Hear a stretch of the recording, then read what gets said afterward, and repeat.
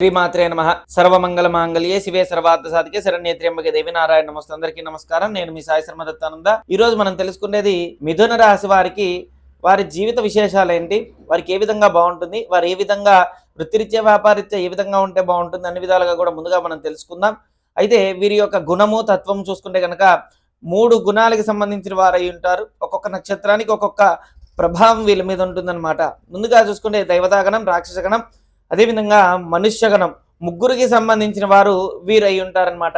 కాబట్టి దైవతాగణం, మనుష్యగణం, రాక్షసగణం కనుక చూసుకుంటే మూడిటి స్వభావాలు నక్షత్రం బట్టి, నక్షత్ర రీత్యా మహర్దశ అంతర్దశ బట్టి కూడా తెలుస్తూ ఉంటుంది. అయితే ప్రప్రథమంగా వీరు కనుక ఏ దానిలో పనిచేస్తే వృత్తిరీత్యా కానీ వ్యాపార రీత్యా కానీ దేనిలో పనిచేస్తే బాగుంటుందో మనం తెలుసుకుందాం. సహజంగా మిథున రాశి వారు వైద్యపరంగా, విద్యాపరంగా ఎక్కువగా కూడా రాణిస్తారనమాట.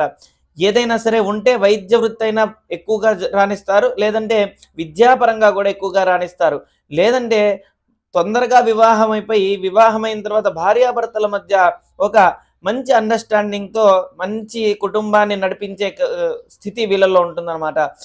ప్రథమంగా చూసుకుంటే ఈ విధంగా వీరికి ఆలోచనలు ఉంటాయి.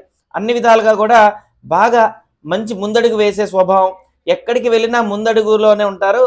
చాలామందికి కూడా కొన్ని సందర్భాల్లో వీళ్ళదే విజయం సాధిస్తారు. కొన్ని సమయాల్లో విజయాన్ని అందుకునేంత వరకు వెళ్ళినా ఒక్కోసారి విజయం సాధించలేకపోతారు. కారణం జాతకంలో గ్రహస్థితులు అనమాట. అదేవిధంగా ఇప్పుడు వీరికి ప్రత్యేకించి చూసుకుంటే కనుక మరి మకరంలో బుధుడు ఉన్నాడు. బుధుడు వ్యాపారానికి, ఉద్యోగానికి సంబంధకారకుడు కాబట్టి, అదేవిధంగా మన జాతకంలో మిథునం, కర్కాటకం, సింహం, కన్యా, తుల, వృశ్చికం, ధనస్సు, మకరం ఎప్పుడైతే ఈ అష్టమ స్థానంలో ఈ యొక్క బుధగ్రహ సంచారం జరుగుతుందో దాని ద్వారా ఏంటంటే మొన్న 25వ తారీఖు జనవరి రోజు అన్ని గ్రహాలతో పాటుగా బుధ గ్రహం కూడా మారటం జరిగిందనమాట.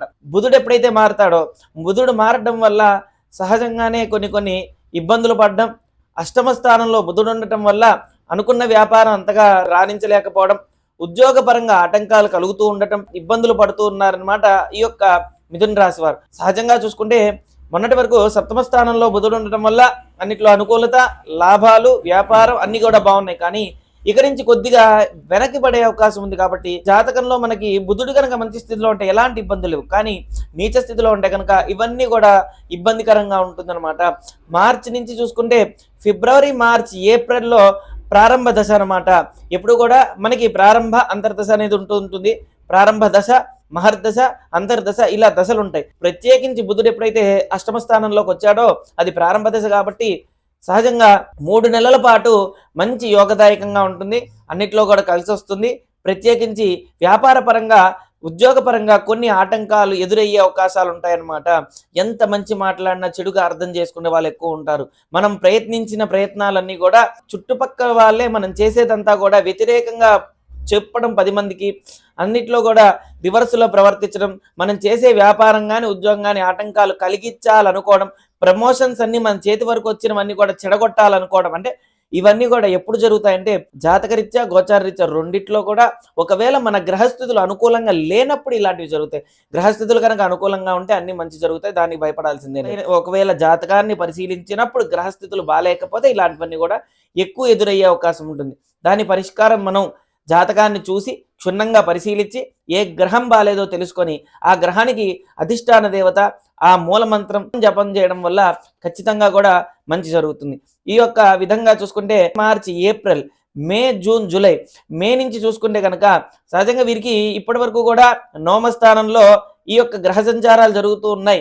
ఇప్పుడు దశమం నుంచి ఏకాదశం ఎన్ని గ్రహస్థితుల ప్రభావాలు ఉన్నాయంటే వీళ్ళల్లో దశమ స్థానంలో గ్రహ సంచారం, శని భగవానుడి యొక్క సంచారం జరుగుతూ ఉంది. కాబట్టి దశమ స్థానం, దశమం యోగ్యకారకుడు, భాగ్యకారకుడు. అదేవిధంగా అన్నిట్లో కూడా మంచి యోగాలు ఉన్నాయి.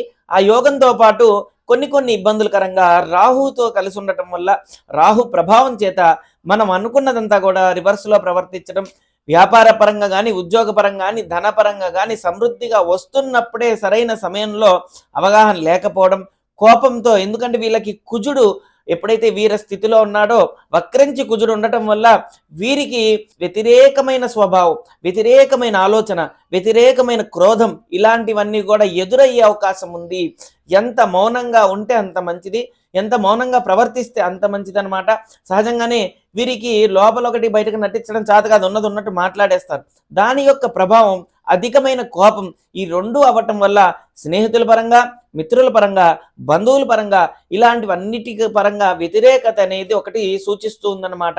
కాబట్టి మనం పనిచేసేటప్పుడు ఆచితూచి అడుగు వేయడం మంచిదన్నమాట. ప్రత్యేకించి వీరికి సరైన సమయం అని చెప్పి అర్థమవుతుందన్నమాట. ఎవరు ఎలాంటి వారు, ఏం చేస్తే మంచిది, ఎలా ఉండాలి, ఎలా ఉంటే మన లైఫ్ బాగుంటుందనేవి ఒక ప్రణాళికగా ఎదురయ్యి అన్ని సమస్యలకి కూడా సమస్యలు వస్తుంటాయి, పరిష్కారాలు దొరుకుతుంటాయి. అన్నిటికీ కూడా అలా జరిగే అవకాశం ఉందన్నమాట. July, August, September, October, November, December ఈ 5 మాసాలు చూసుకుంటే కనుక, జూన్ నుంచి చూసుకుంటే 6 మాసాలు, జూలై నుంచి చూసుకుంటే కనుక 5 మాసాలు. ఈ 5 మాసాలు ప్రత్యేకించి అన్నిట్లో కూడా చాలా జాగ్రత్తగా, ఒకటికి 2 సార్లుగా ఆలోచించి, ఒకటికి 10 సార్లుగా ప్రణాళికలు రచించి చేస్తే ఏ కార్యమైనా సరే నిర్విఘ్నంగా అన్నిట్లో కూడా విజయం సాధించచ్చు అనమాట. అలా కాకుండా ఖచ్చితంగా పూర్తిగా మనసు పెట్టి చేస్తేనే ఫలితం ఉంటుంది, లేదంటే ఇబ్బంది అవుతుంది. సహజంగా వీరికి దోషాలు చూసుకుంటే, వీరికి అష్టమ స్థానంలో గనక చంద్రుడున్న, రవి ఉన్న మాతృశాపం కానీ పితృశాపం కానీ ప్రభావం ఉంటుందన్నమాట. బుధుడు ఉంటే ఉద్యోగ సంబంధించింది అవ్వచ్చు, లేదంటే వ్యాపార సంబంధించింది అవ్వచ్చు, లేదంటే వీరికి వచ్చే దోషం ఉదర సంబంధమైన ఇబ్బందులు రావడం, గ్యాస్ సంబంధించిన ఎఫెక్ట్ ఎక్కువ ఉండడం, ఉదర సంబంధించిన వ్యాధులు ఎక్కువ ఉండటం జరుగుతూ ఉంటుందన్నమాట వీరికి. అయితే వీరు చదువుకుంటే తక్కువైనా వీరి ఆలోచనలన్నీ కూడా మంచి చిన్న చిన్న రెమెడీస్ ద్వారానే, అంటే ఆరోగ్యపరంగా చూసుకుంటే కనుక వీరికి ప్రత్యేకించి వీరు చెప్పినవి అందరికీ పనిచేస్తాయి. ఏదన్నా టాబ్లెట్స్ కానీ, ఇలాంటి మందులు కానీ, ఇలాంటివి ఔషధాలు కానీ ఏదన్నా స్వీకరించినప్పుడు వీరికి సెట్ అవ్వదు, కానీ వీరు ఎవరికైనా చెబితే కనుక అది ఖచ్చితంగా సెట్ అవుతాయి. అంటే అంత ప్రభావం వీరి మీద ఉంటుందన్నమాట. అయితే ఇవన్నీ కూడా జాతకాన్ని మనం క్షుణ్ణంగా పరిశీలించి, మన జాతకంలో ఏ గ్రహం బాలేదు, ఏ గ్రహస్థితులు అనుకూలంగా ఉన్నాయి, ఏ గ్రహస్థితులు రివర్సులో ఉన్నాయి, గ్రహస్థితులు బాలేకపోతే ఏ విధంగా ఉంటుంది, గ్రహస్థితులు బాగుంటే ఏ విధంగా ఉంటుంది అనేది జాతకాన్ని క్షుణ్ణంగా పరిశీలించినప్పుడే తెలుస్తుంది అనమాట.